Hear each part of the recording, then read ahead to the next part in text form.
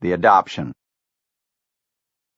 When Paul Jobs was mustered out of the Coast Guard after World War II, he made a wager with his crewmates. They had arrived in San Francisco, where their ship was decommissioned, and Paul bet that he would find himself a wife within 2 weeks. He was a taut, tattooed engine mechanic, 6 feet tall, with a passing resemblance to James Dean. But it wasn't his looks that got him a date with Clara Hagopian, a sweet-humored daughter of Armenian immigrants. It was the fact that he and his friends had a car, unlike the group she had originally planned to go out with that evening. 10 days later, in March 1946, Paul got engaged to Clara and won his wager. It would turn out to be a happy marriage, one that lasted until death parted them more than 40 years later. Paul Reinhold Jobs had been raised on a dairy farm in Germantown, Wisconsin. Even though his father was an alcoholic and sometimes abusive, Paul ended up with a gentle and calm disposition under his leathery exterior.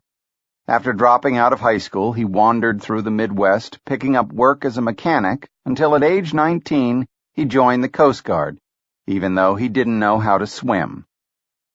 He was deployed on the USS General M.C. Meigs and spent much of the war ferrying troops to Italy for General Patton.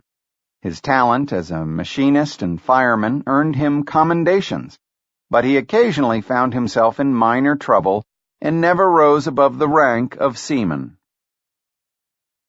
Clara was born in New Jersey, where her parents had landed after fleeing the Turks in Armenia, and they moved to the Mission District of San Francisco when she was a child. She had a secret that she rarely mentioned to anyone. She had been married before, but her husband had been killed in the war.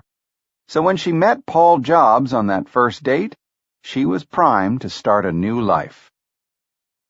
Like many who lived through the war, they had experienced enough excitement that when it was over, they desired simply to settle down, raise a family, and lead a less eventful life.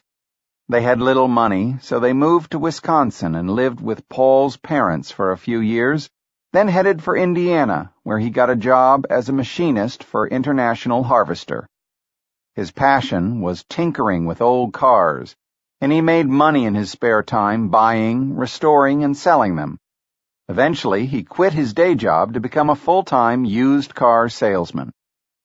Clara, however, loved San Francisco, and in 1952 she convinced her husband to move back there.